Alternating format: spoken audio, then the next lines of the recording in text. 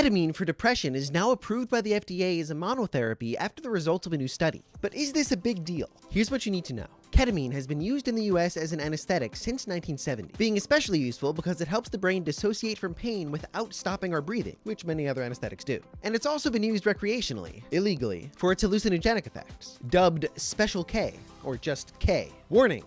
It's low in fiber. Ketamine itself is a combination of right and left-handed versions of the same molecule, which us nerds call S and R versions. Back in 2019, the FDA approved a nasal spray of just the S version for use in treatment-resistant depression, only when used alongside an oral antidepressant. It's called S-ketamine, brand name Spravato.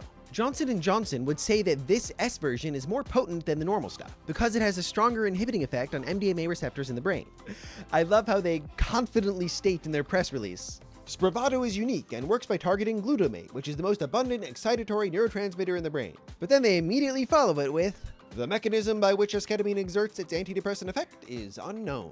And a recent meta-analysis found normal ketamine to be a more potent antidepressant than S-ketamine. But that was IV ketamine versus a nasal spray, and all of these trials have a big problem, which is that they can't really do a placebo control when the main therapy is a psychedelic drug. But we know that S-ketamine is much better at one thing, being patentable, which lets them charge $600 to $900 per dose, twice a week. That adds up. Spravato brought in sales of $780 million in the first 9 months of 2024. So what just changed? Last month, J&J submitted data from a new study to the FDA, where patients with major depression took Spravato, but this time without any other oral antidepressant. They say that patients started experiencing improvements in their depressive symptoms within 24 hours, and improvements across all symptom categories by day 28, where 22.5% of them achieved complete remission from depression, compared to 7.6% in the placebo. All without the need for a daily antidepressant. All it takes is twice a week where you don't eat for 2 hours, you go to a clinic, trip for a couple hours while being monitored, then get someone else to drive you home. So this new FDA approval allows doctors to prescribe Spravato all by itself, without any other antidepressants in the mix, so long as they've already tried 2 oral antidepressants and they didn't work. But you have to qualify through a special risk evaluation and mitigation strategy program because of the side effect risk and potential for abuse. Overall, this is progress. There is so much potential with psychedelics and various mental illnesses, and this is a good step. And yes, it's hard to run expensive trials without any sort of promise of a payoff.